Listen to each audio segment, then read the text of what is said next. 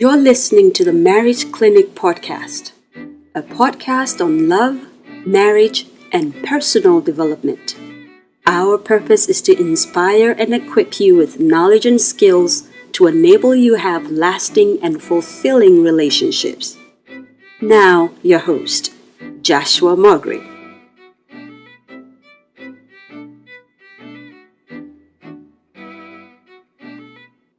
Good evening. Welcome. Put some fire in the comment section. Call a friend to tell another friend that Joshua Mogri is on. Tell them the Marriage Clinic is on. We're pushing this. We're helping you in the areas of love, marriage, and your personal development. This is coming to you this and every Thursday. We put out an episode of the podcast. And big things happening. We're getting good responses from different countries.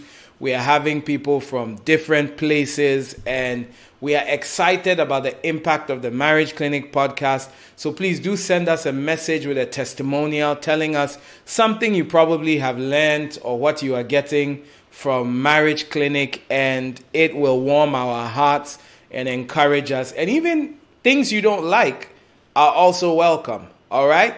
So let's get into what we have to discuss today.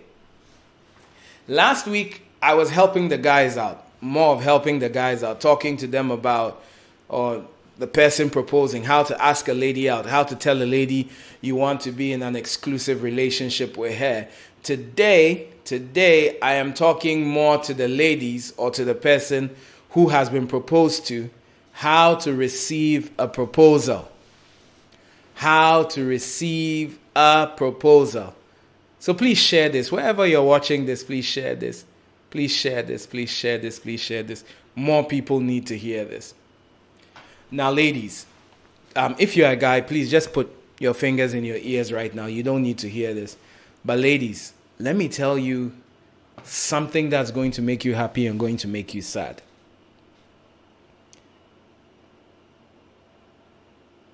You take the best decision for your life or the worst decision for your life based on who you say yes or no to. Let me break it down a little bit. Someone put it this way. People complain, like the Bible's definition of marriage is different from the feminist definition, the humanist definition, the democratic definition. I'm a person of faith. And I hear ladies say all the time, are you sure the man is the head? We are partners. We are partners. Well, according to the Bible, the man is the head of the home. But here's the good news. Every woman gets to choose her head. So if you don't like the head that's leading you, look at the person in the mirror because you chose the person. And all of that starts from whom you choose to date. If you're a young lady, beautiful lady, look, all ladies are beautiful, different shapes, different sizes. God made all of us all, and there's always a man that likes your type. I'm amazed at how for every body type, there's a man that's crazy about that body type. I've been a man all my life, all right? And I've seen guys being crazy about ladies' nose, the length of their legs, the color of their skin. And for everybody that says, I like a light-skinned girl, there are guys out there who say they like a dark-skinned girl. There are guys out there that say they like tall ladies. And there are some out there that say, I like her petite. Whatever type you are, there's a type that likes you. Now, here's the thing. You have all the power because you decide who you say yes to. In most African cultures, whenever a man comes to pay a dowry, which is our first step in the whole marriage process, they call the lady up and they ask her, do you know this man? Do you want to go with this man? So you are the deciding factor. You tell where you are going. And for that reason, you must be careful whose proposal you accept and whose you don't. Because you could say yes to somebody and that opens doors. You are able to partner with the person. You become both of you become a winning team. You raise great children. Or you could say yes to somebody who ends up turning your life upside down in the wrong way. And remember, you are not only making a decision for yourself, you are making a decision for yourself and your unborn children. All right? So always remember, the power lies with you. You make the final decision, so choose wisely. So let's say this guy did it the right way. He got to know you as a friend. He took you out a couple of times. You guys spoke a lot on the phone. And then one day you could sense he kind of likes you because he's calling a little bit more. You're looking at his picture and you're imagining how your kids may be. And then he takes you out on a couple of dates. You are not sure, is he going to ask me out? Is he not going to ask me out? And then while you're about to get out of the car, he says, there's something I need to tell you. And let's say there's all these fireworks. And he tells you he loves you. And he wants you to be a part of his life. What do you do at this point? What do you do at this point?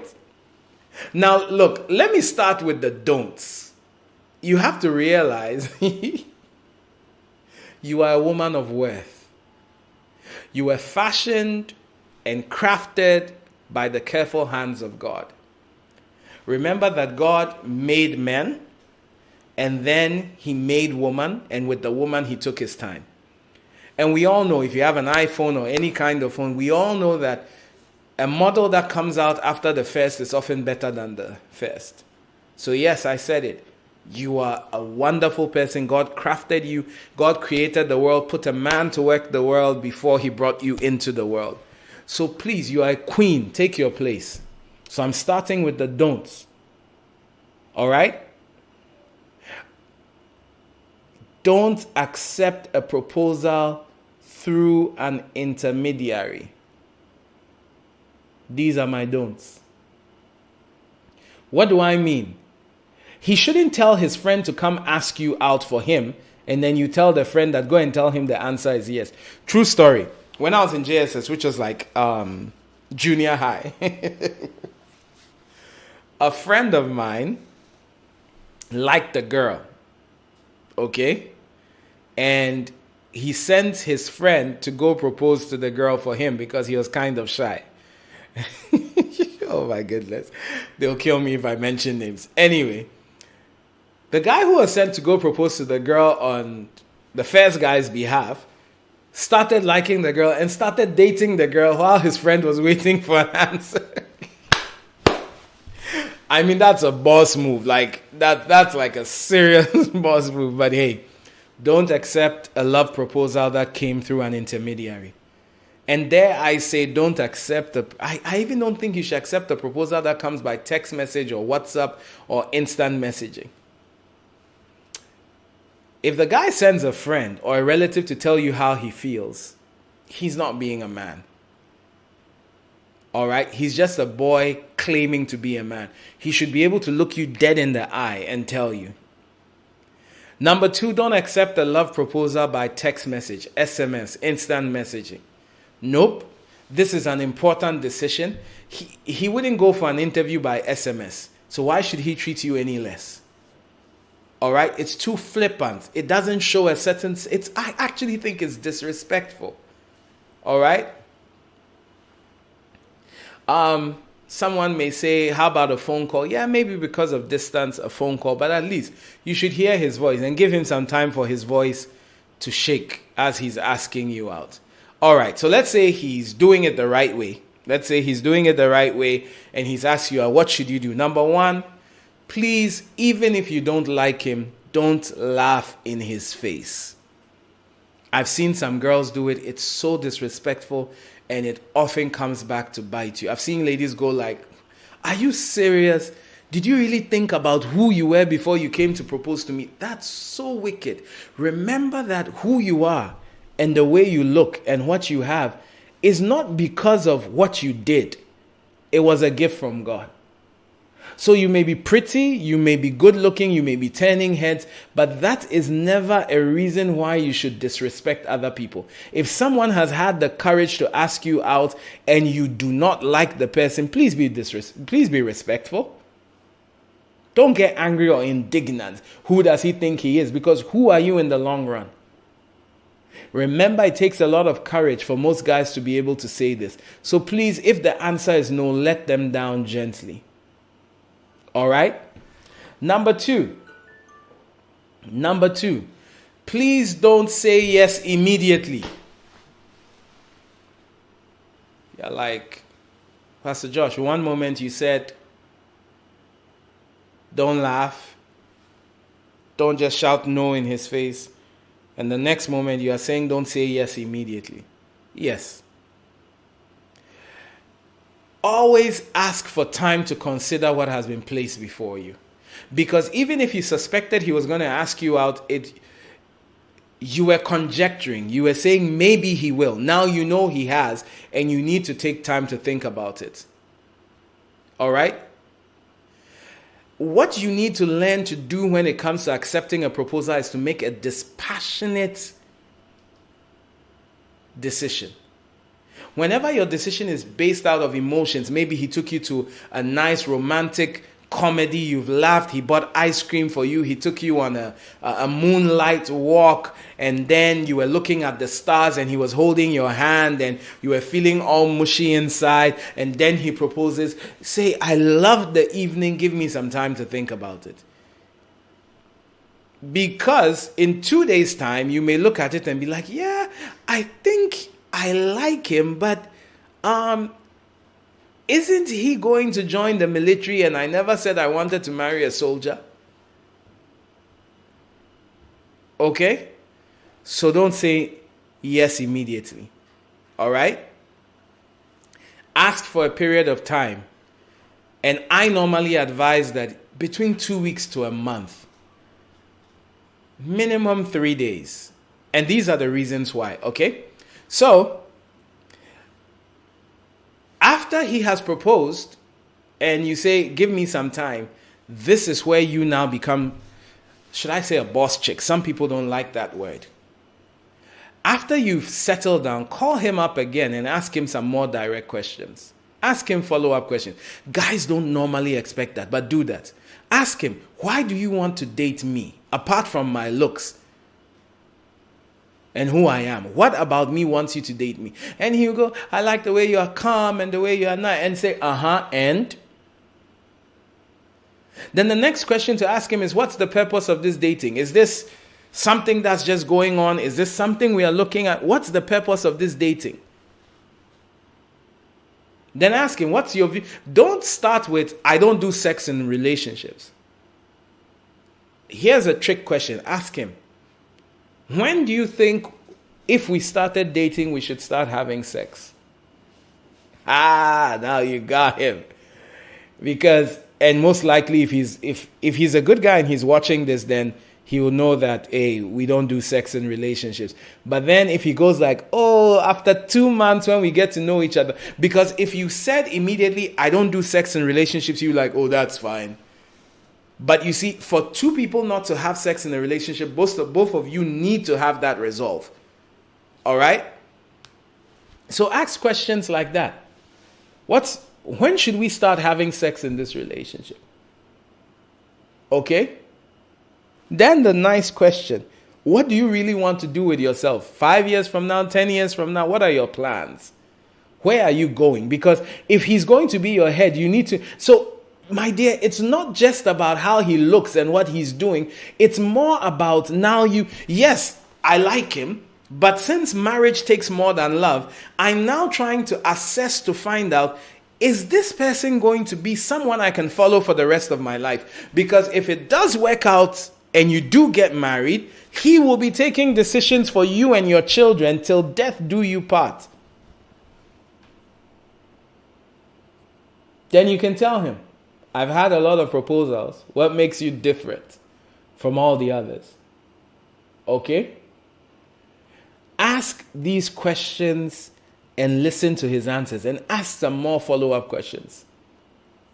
If you decide to say yes, and I hope he's a good guy and you decide to say yes, tell him first and as soon as possible. Okay? To set his heart at ease. Okay? Now, if you decide to say no, be bold and tell him quickly. Don't spend more of his money. Don't let him keep spending and keep buying stuff for you. If your answer is no, be bold and tell him quite quickly. Go, you know what? This is not going to work out. You just need to tell him, you know what? This is not going to work out. It's not going to work out for us. Listen. Please give him a decent reason. Like, I'm not ready for a relationship. Or I don't feel the same way about you. I don't feel the same way about you is one of the best answers you can give him. I know you like me. I know we are friends. But I don't feel the same way about you. Please be graceful in your refusal. Because remember that somebody is hurting. Okay? Don't use words that will break his confidence. Because listen. The fact that it didn't end in a relationship does not mean that you guys may not have further interactions. And you could meet him along in life and he may have to be in a position to help you, or you may meet as work colleagues later on, or just be a decent person. All right? If you don't like the person, you don't have to be callous about it, wicked about it, nasty about it. Because chances are your paths are going to cross again. Now, warning. I have to go soon, but a quick warning. If you are not sure, don't string him on. All right? If you are not sure, tell him, I'm not sure. I don't know you enough. So here it is. Don't say a yes when you actually wanted to say no because you just want something for the meantime. All right?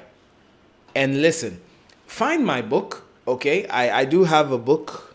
I have a book out there. Find my book. It's called Secrets to Love and Getting Married. You can get it on Amazon. The soft copies are there.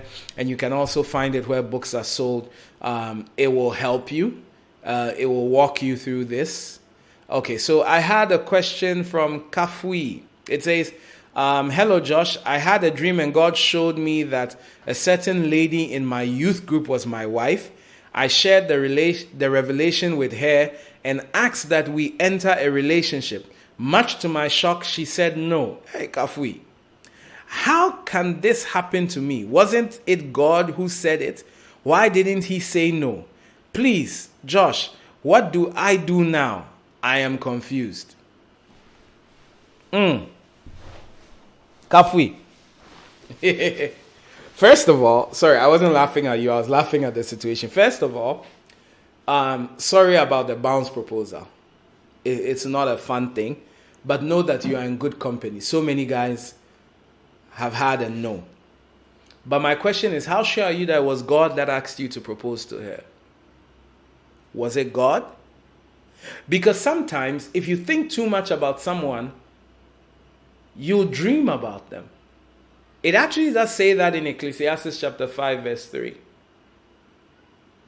It says, if you think too much about something, you dream about it. Now, if we come from the premise that it was God who spoke to you, you still need to woo her. That's the problem. God may have spoken to you, but it does not mean you don't have to be romantic about your approach. It doesn't mean you don't have to be patient about your approach. God told me is not a good enough proposal. Because if God told you, then God should tell her too. So this is what I would say. If you're certain it's God, take a breather. Try and be her friend for a while. Steady her. Listen to last week's podcast. Learn a little bit more.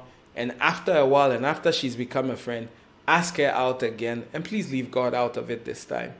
All right, so take good care of yourself. We'll be back next week at same time, 8 p.m. We hit all the socials, Facebook, Twitter, not on Instagram yet, Facebook, Twitter, YouTube, and on all the podcasts. But please look for me, Dr. Joshua Mogre, on every platform. The Mogre is spelled M-O-G-R-E.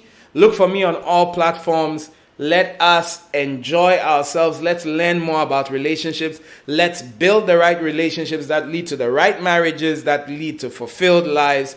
Take good care of yourself, and we will be together again next week. God bless you, and bye-bye.